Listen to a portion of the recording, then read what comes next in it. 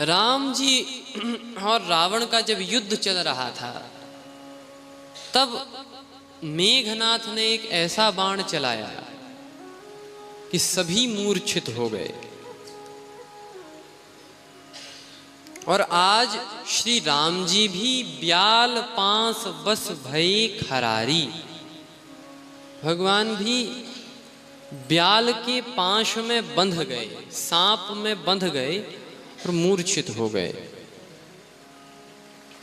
नारद जी ने जो देखा तो जल्दी जल्दी गरुड़ जी के पास गए और गरुड़ जी से यही कहा कि जल्दी चलो, भगवान को तुम्हारी आवश्यकता है।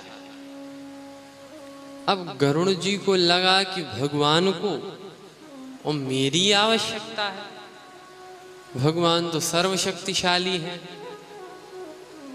लेकिन गरुड़ जी नारद जी के साथ गए और युद्ध स्थली पर देखा राम मूर्छित पड़े हैं और सारी सेना मूर्छित पड़ी है। तो तब उन सर्पों को गरुड़ जी ने खा लिया और सभी लोग चैतन्य हो गए वापस। लेकिन ये सर्प भी, अब आप गोस्वामी जी की वाणी देखो, सामान्य नहीं है। खगपति तब धरी खाए माया नाग बरूथ। इन माया के सर्पों को गरुड़ जी ने खा लिया। खगपति तब धरी खाए माया नाग, माया के नाग। माया माने संस्कृत में मां माने नहीं, या माने जो चीज जैसी हो ना फिर भी जिसके प्रभाव से वैसी दिखाई दे, उसी का नाम तो माया है। ये सर्प मायामय हैं नहीं पर दिख रहे हैं। भगवान भी बंधन में हैं नहीं पर दिख रहे हैं। गरुड़ जी ने देखा, सोचने लगे ये कैसे भगवान तो खुद जीव को बंधन से मुक्त करते हैं, ये खुद बंध गए। तो संशय हो गया। अब गरुड़ जी ने वहां तो अपना कार्य किया, लेकिन जब आए तब मन को चैन न मिले। ये प्रश्न बार बार मन में घूम रहा है कि ये कैसे भगवान। तो गरुड़ जी नारद जी के पास गए संशय का निवारण करने, और नारद जी से कहा कि बाबा आप तो ये बताओ कि ये जो राम हैं, क्या ये वास्तविकता में भगवान हैं? और ये कैसे भगवान जिन्हें मूर्छा आ जा रही है? नारद जी ने जो सुना, सोचने लगे कि गरुड़ को भी उसी माया ने बांध लिया है जिस माया ने एक बार कभी हमें बांध लिया था।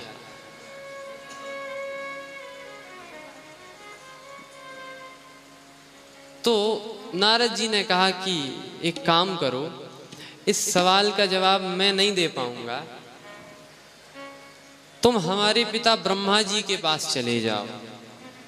गरुड़ जी मुस्कुराए और ब्रह्मा जी के पास चले गए। मुस्कुराए क्यों? गरुड़ जी को लगा कि देखो हमने प्रश्न ही ऐसा किया कि ये उत्तर नहीं दे पाए। और वो गरुड़ जी ब्रह्मा जी के पास गए। ब्रह्मा जी से कहा कि मेरा प्रश्न है, प्रश्न सुनाया। ब्रह्मा जी ने कहा कि देखो गरुड़, 4 वेद हैं और उन 4 वेदों से मैं 4 वेदों की ऋचाओं का, इन 4 मुखों से 4 वेदों की ऋचाओं का गायन करता रहता हूं। तो मैं तुम्हें किस मुख से समझाऊं यही बता दो। गरुड़ जी ने कहा मतलब कि मैं तो समझा नहीं पाऊंगा, मैं व्यस्त हूं। तुम एक काम करो, तुम शंकर जी के पास चले जाओ। गरुड़ जी मुस्कुराए। क्यों मुस्कुराए? गरुड़ जी को लगा कि हमारे प्रश्न का उत्तर इनके पास भी नहीं है, और इसीलिए मुस्कुराए कि पहले नारद जी ने भेजा था ब्रह्मा जी के पास, एकानन ने भेजा था चतुरानन के पास, और अब ब्रह्मा जी ने शंकर जी के पास भेजा है। तो पहले एकानन ने भेजा था चतुरानन के पास, अब चतुरानन भेज रहे हैं पंचानन के पास। अच्छा, यदि ऐसा हो जाए कि कहीं पंचानन जी यही कह दें कि गरुण यहां पर उत्तर नहीं, तब क्या हो? गरुण जी गए और बीच ही पंथ मिले, भगवान शिव बीच रास्ते में मिल गए। गरुड़ जी ने प्रणाम किया और कहा महाराज मेरे संशय की निवृत्ति। शिव जी ने कहा गरुण अभी नहीं, मैं कहीं जा रहा हूं। कैलाश पर्वत से भगवान शिव नीचे आ गए थे, कहीं जा रहे थे। बोले कि मैं तुम्हें समझा सकता नहीं हूं, या तो तुम वहीं रहते जहां तुम थे, या तो तुम वहीं रहते जहां तुम थे, और या तो तुम वहां आ जाते जहां हम थे। यदि तुम अपनी ही पहले की स्थिति में रहते तो समझ जाते, या जिस स्थिति में हम हैं वहां आ जाते तो समझ जाते। लेकिन तुम रास्ते में मिले हो, और रास्ते में हम तुम्हें समझा नहीं सकते। गरुड़ जी मुस्कुरा रहे थे कि शायद हमारे प्रश्न का उत्तर इनके पास भी नहीं है। अच्छा, पहले एकानन ने भेजा चतुरानन के पास, फिर चतुरानन ने भेजा पंचानन के पास। अब गरुड़ जी को लगा कहीं ऐसा तो नहीं कि पंचानन कह दे कि हम, यदि तुम्हें समझना हो तो पंचानन के पास नहीं, तुम जरा षडानंद जी के पास चले जाओ, कार्तिकेय जी के पास। और षडानंद जी तक तो गनीमत है, कहीं षडानंद जी ये कह दे कि तुम्हें समझना हो तो तुम जरा दशानंद जी के पास चले जाओ, तो अच्छे से समझ जाएंगे। लेकिन भगवान शिव ने जो बात कही वो बड़ी अद्भुत थी। बोले कि यदि तुम्हें समझना है ना, वास्तव में समझना चाहते हो, प्रश्न का उत्तर चाहिए वास्तव में, तो तुम ये जो सामने नीलगिरी पर्वत दिख रहा है, इस पर काग भुसुंडी रहते हैं, उनके पास चले जाओ समझने।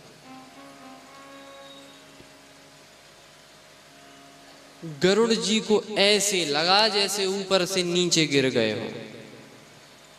क्यों? काग भुसुंडी माने कौआ, भगवान शिव ने कौए से समझने को कह दिया। शिव कौन है? ये गरुड़ जी कौन है? गरुड़ जी पक्षियों के राजा हैं, और सबसे निकृष्ट पक्षी माना जाता है कौआ। तो राजा को कौए के पास भेज दिया समझने। पार्वती जी ने कहा कि आपको उत्तर नहीं मालूम था? शिव जी ने कहा मालूम तो था, लेकिन यदि मैं प्रश्न का उत्तर दे देता तो कुछ ना कुछ बहुत बड़ा हो जाता। क्या? कहा कि नारद जी के पास ये गए थे गरुड़ पहले, नारद जी समझा नहीं पाए। फिर गए ब्रह्मा जी के पास, ब्रह्मा जी ने मेरे पास भेज दिया।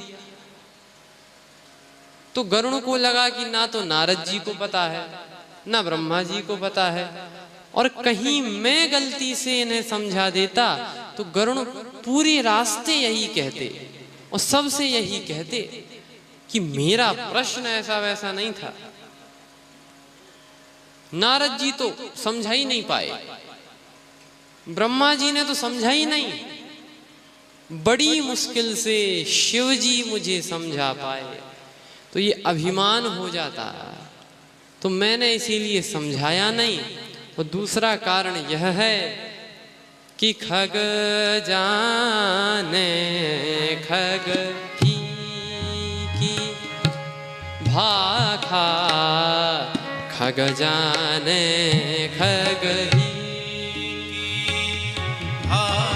भाखा, खग जाने खग ही ताते उमा गुप्त करी राखा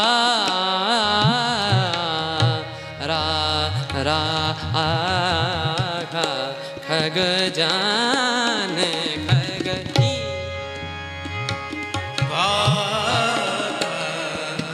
खग जाने खग जाने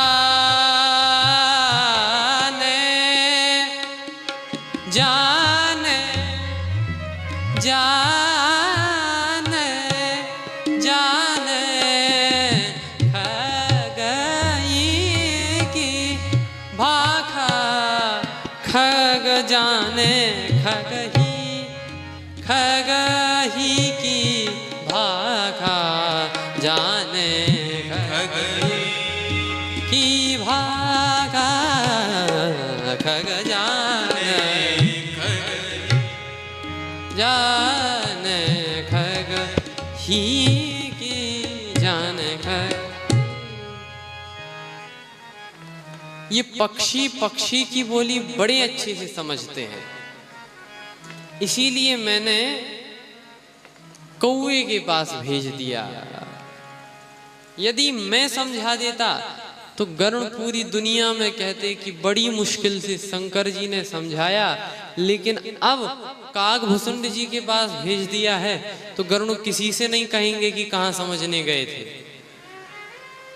क्योंकि जैसे आप बहुत बड़े हों, 60 साल के हों, और आपसे कहा जाए इस चीज को समझने के लिए किसके पास जाना है, कहा एक 6 साल का बालक है उसके पास चले जाओ, तो आप किसी से ये थोड़ी कहेंगे कि वो चीज जो हमें नहीं आई वो एक 6 साल के बालक को आ गई। उपहास और होगा। आज गरुड़ जी भी यद्यपि पक्षियों के राजा हैं, शिव जी ने भेज दिया काकभूषुंड जी के पास।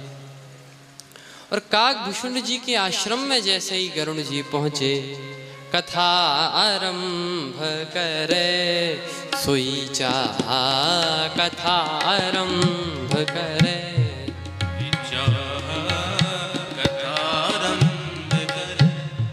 सोई चाहा कथा आरंभ करे सोई चाहा कथा आरंभ ते ही समय गयो खगना कथा आरंभ करे सोई चाहा कथा आरंभ करे ते ही समय गयो खगना कथा आरंभ करे सोई चाहा कथा